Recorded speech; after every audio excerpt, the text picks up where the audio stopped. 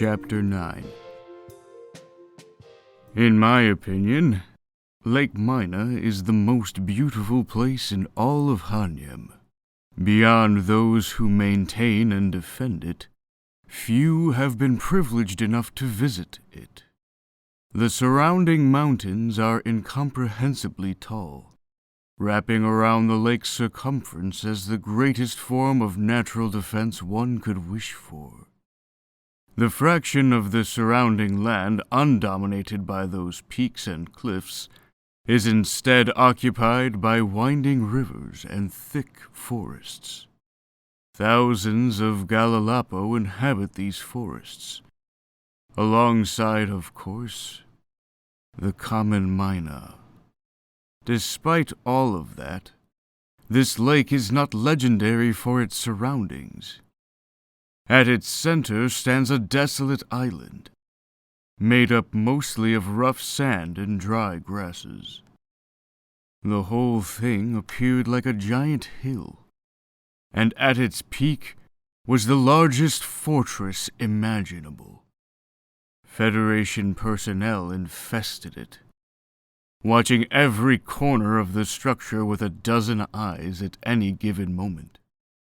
This was because they were protecting the greatest treasure in Hanyem, Mynah's rocket.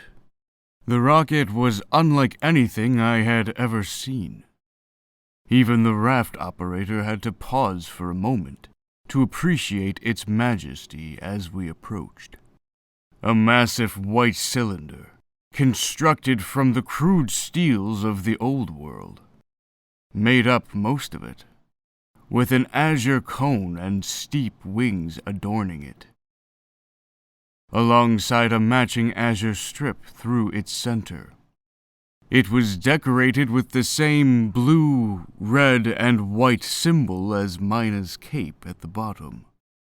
I never found it to be worth inquiring about, so I just assumed this to be the symbol of the old world.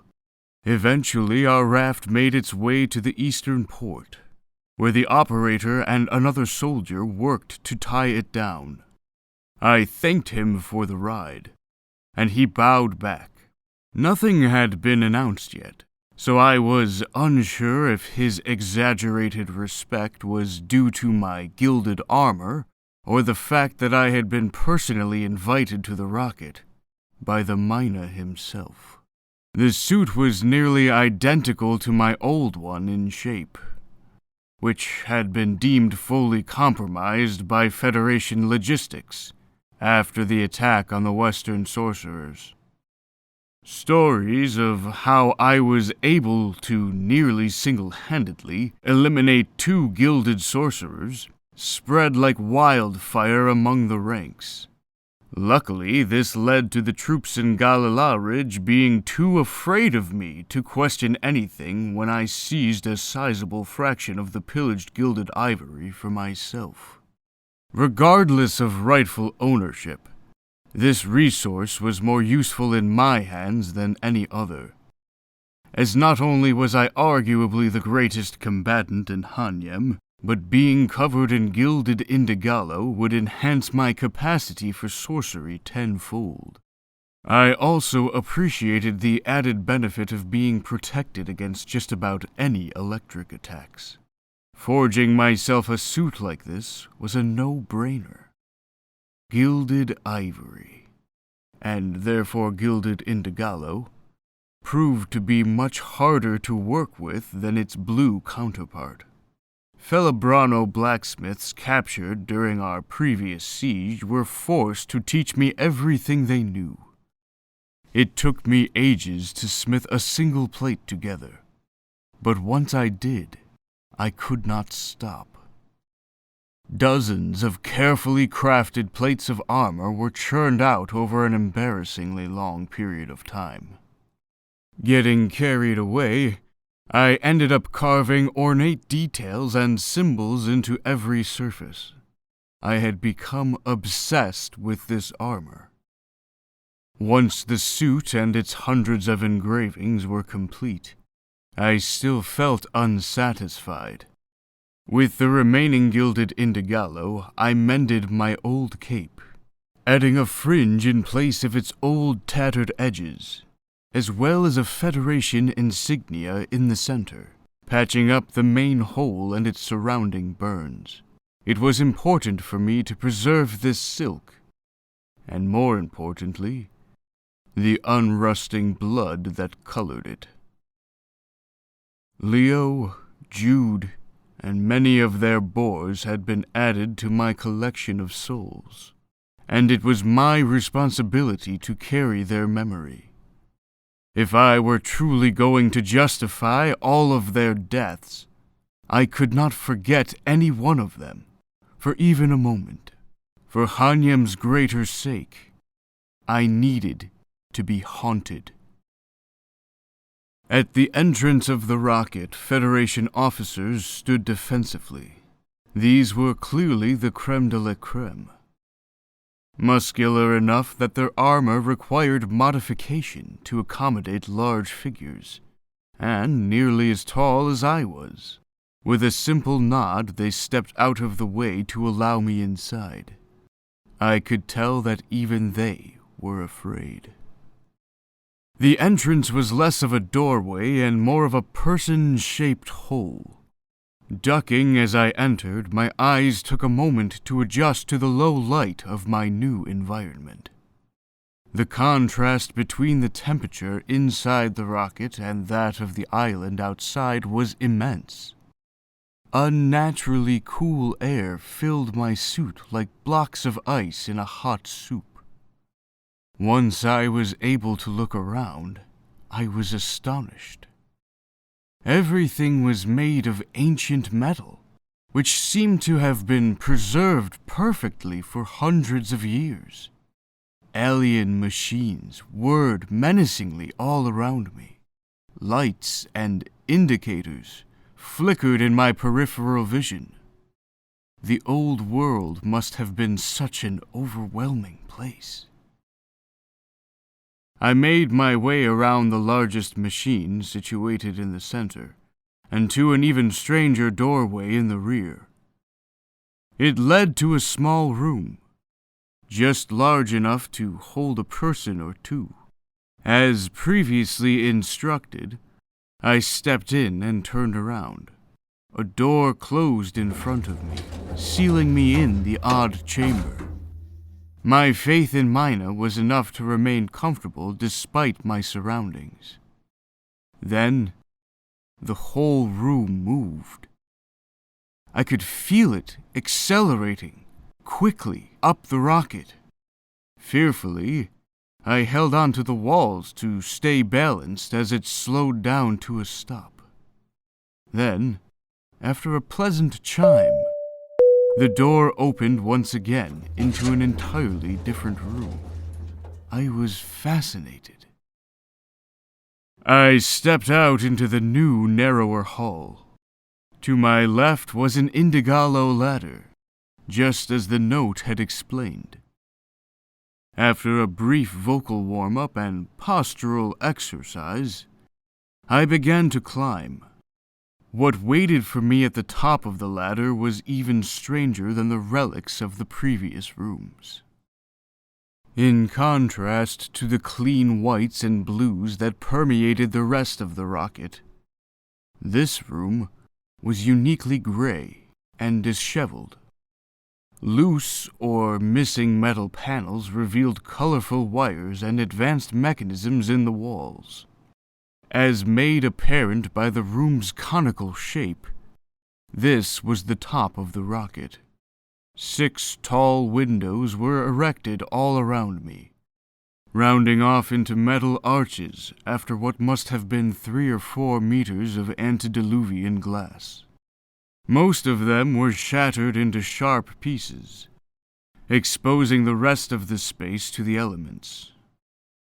A beautiful sunset illuminated pink and orange clouds on all sides, as a strong wind blew through, dragging the end of my cape with it during my ascent from the ladder.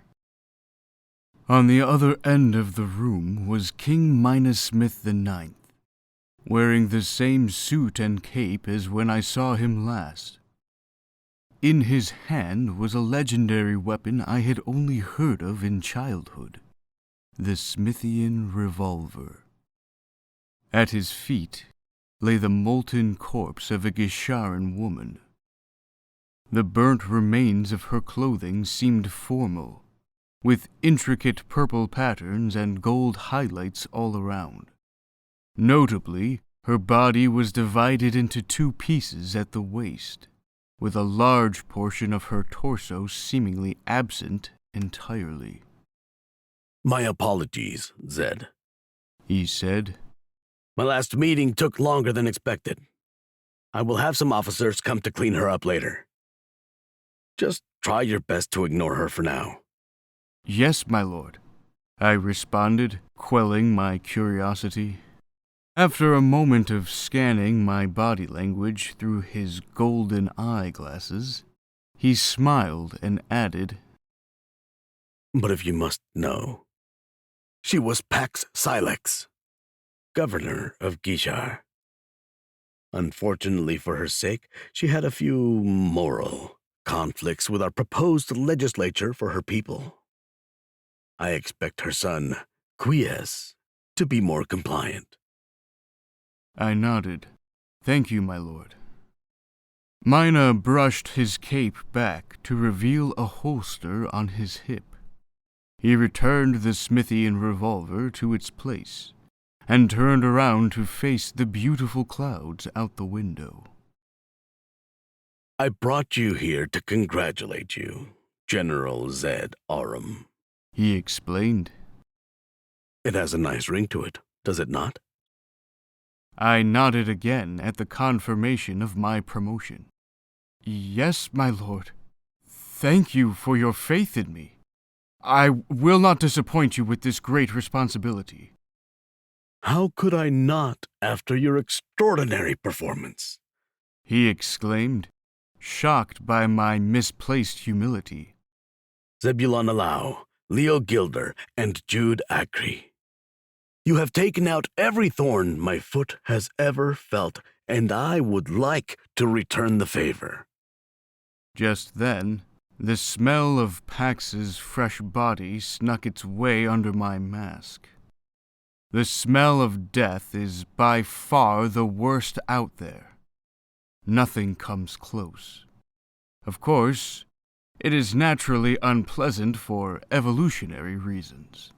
But on top of that, scents have a way of bringing back memories.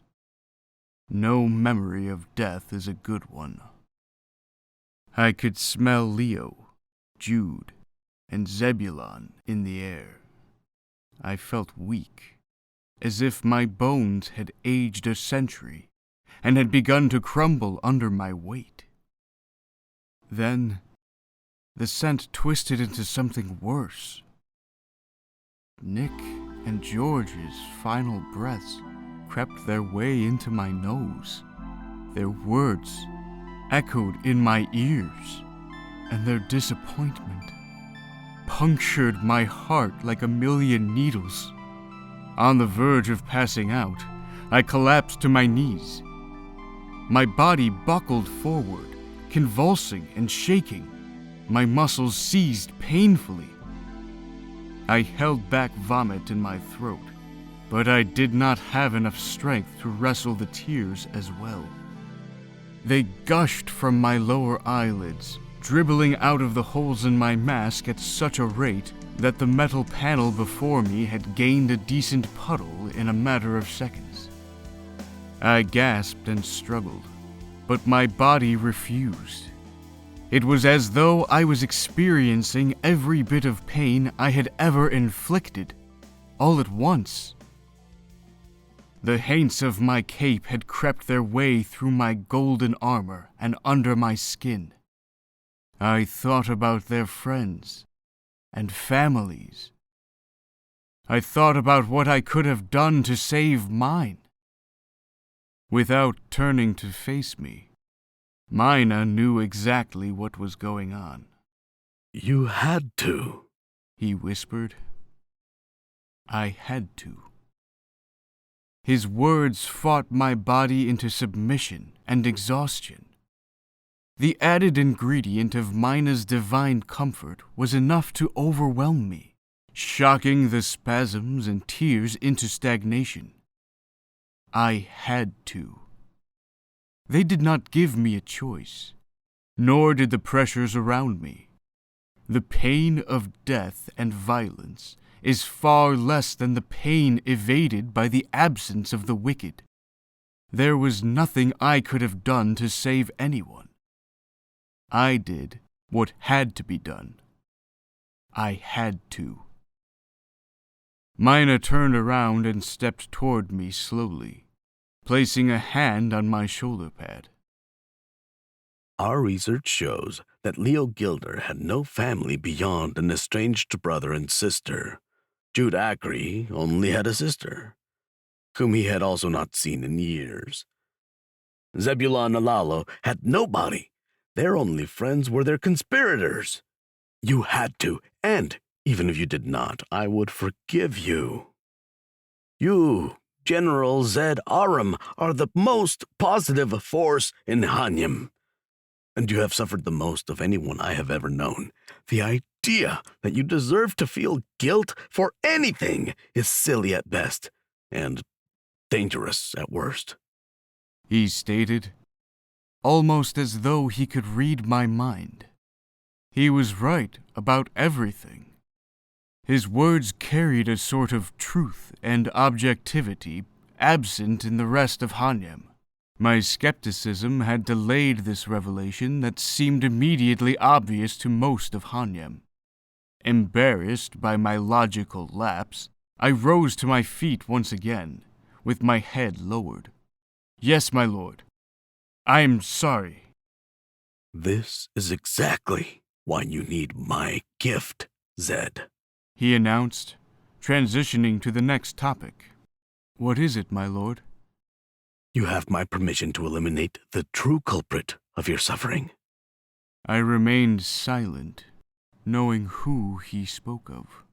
I had opposed the Indigalo Night Project almost every step of the way. It was blatantly immoral and unjustified, but he would not yield. The product of the pain is inarguably great, but he had no right. He was behind it all, Zed. He tipped off Felibrano troops about your outpost with George, and then sent you all into that fortress, knowing the youngest had no chance. It seemed as though there was nothing he would not do to awaken your wrath. And by the time I knew about it all, it was too late. I always had my suspicions, but the gravity of this confirmation was unreal. The torture of my existence had not been a streak of terrible misfortune, nor had it been an act of hatred from the universe. It was all the atrocious actions of one weak, old, and despicable mortal man. Mynah's conclusion made so much sense. He continued, I am sorry, Zed. Please allow me to make it up to you by covering up this unavoidable assassination. Hanyam needs you at your best, and I'm afraid that is not possible as long as he lives. Felibron has fallen into the hands of a new radical group, the Felibrano Resistance, led by General Saroa Fortis.